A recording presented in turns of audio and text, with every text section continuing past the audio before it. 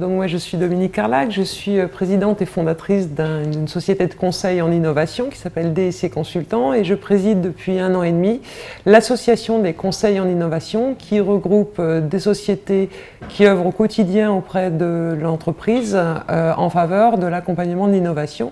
Donc ACI regroupe 3000 consultants spécialisés dans tous les métiers de l'accompagnement de l'innovation. C'est notre expertise, c'est notre compétence, c'est la compétence de nos consultants, qu'ils soient jeunes ou moins jeunes, qui accompagnent vraiment le développement économique par l'innovation des entreprises du territoire national, mais également d'entreprises étrangères aussi.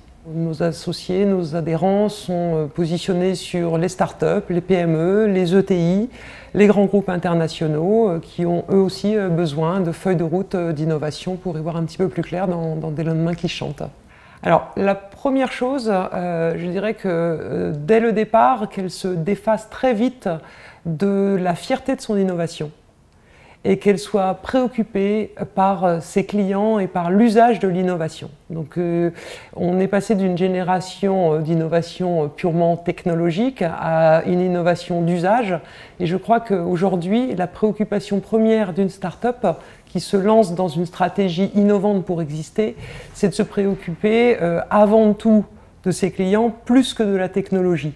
Et donc avant tout de se dire quel est l'accès au marché et l'astuce et l'imagination et l'audace que je peux avoir pour arriver non pas en rupture technologique mais en rupture commerciale auprès de mes clients. Il faut être avant tout innovant commercialement parce qu'aujourd'hui l'enjeu de la compétitivité et surtout de la pérennité de nos entreprises c'est de fidéliser les clients et beaucoup d'innovations en cours et à venir seront des innovations de services, que ce soit sur des activités manufacturières classiques.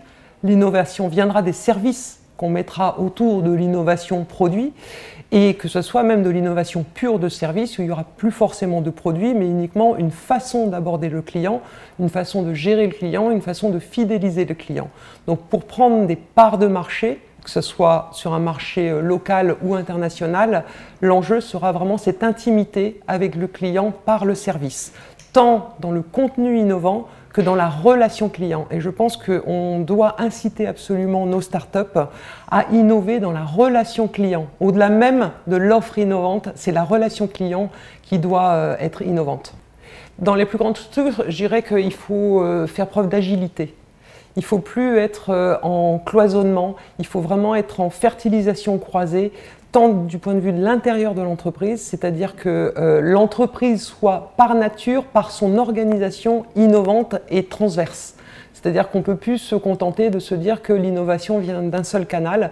L'innovation de ma fenêtre durable, c'est l'innovation qui fait vraiment le lien justement avec ce que l'on disait précédemment entre le client à servir et puis tout le savoir-faire à mettre à disposition de ses clients. Donc le frein principal, je dirais aujourd'hui, il sera organisationnel. Et on doit veiller à lever ces freins organisationnels par une entreprise ouverte sur elle-même, déjà, et ensuite ouverte sur le monde avec toutes les notions d'open innovation. Par la contrainte de la rentabilité de l'innovation. C'est-à-dire qu'il faudra en faire plus pour des budgets qui ne seront pas moindres, mais qui seront sanctuarisés, mais qui ne seront pas augmentés. Donc l'enjeu, c'est la contrainte de faire plus, et faire avec de l'acquisition de compétences que l'on n'a pas forcément en interne, mais que l'on va aller chercher en externe. Ça, c'est un premier challenge, un premier frein à lever. Mais il y a un deuxième frein à lever, c'est avoir de l'ambition et avoir de l'audace dans le dimensionnement que l'on donne à son innovation, que ce soit pour les startups ou pour des tailles un peu plus grosses. Je pense que nous n'avons pas pris la pleine mesure de la notion de scaling up industriel et commercial d'une innovation. Il ne faut pas rester prisonnier de l'originalité, de l'invention. L'innovation, c'est quelque chose qui doit s'industrialiser, qui doit se commercialiser à grande échelle. Et je crois que le principal frein, peut-être de notre culture très académique, très scientifique française, c'est de mettre des bornes à ses désirs. Or, je pense que les compétiteurs internationaux n'ont pas ces freins dans le dimensionnement qu'ils veulent donner à leur ambition d'arroser la planète avec leurs idées originales. Et je pense que c'est ça le principal frein, que ce soit une entreprise start-up, PME ou d'une plus grande taille. Il ne faut pas avoir de frein à son ambition et donc dans les moyens que l'on met à déployer industriellement et commercialement une bonne idée.